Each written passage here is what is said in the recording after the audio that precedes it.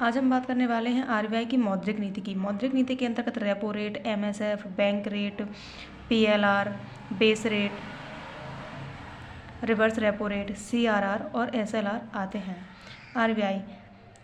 RBI जब अन्य बैंकों को ऋण प्रदान करता है तो उनसे जो ब्याज लेता है, जो जिस परसेंट में वो ब्याज लेता है उसे रेपो रेट कहते हैं।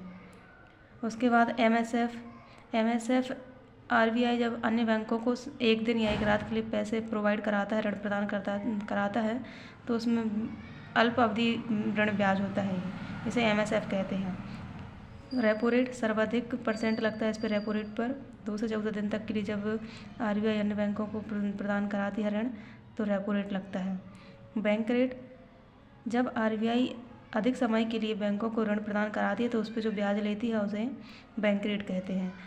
रेपो रेट, एमएसएफ और बैंक रेट ये आरबीआई अन्य बैंकों से वसूल करती है। फिर आता है रिवर्स रेपो रेट।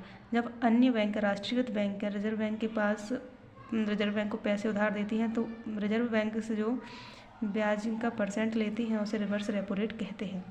उसके बाद आप समझेंगे पीएलआर और बेस रेट। जब ये राष्ट्रीयकृत बैंक है, SBI, BOB, bank of Baroda, Punjab national bank, ये सारी बैंकें जब सामान्य व्यक्ति को लोन प्रोवाइड कराती हैं तो वो 2 प्रकार का ब्याज उनसे लेती है, पीएलआर और बेस रेट।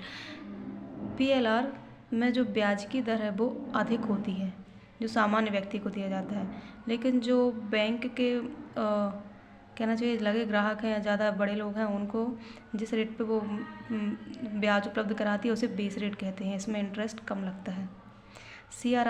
सीआरआर ये समस्त बैंक हैं, इनके पास जितना पैसा होता है कुल पैसे का कुछ फिक्स परसेंट आरबीआई के पास जमा करती हैं, इसे कैश रिजर्व रेशियो कहते हैं, सीआरआर।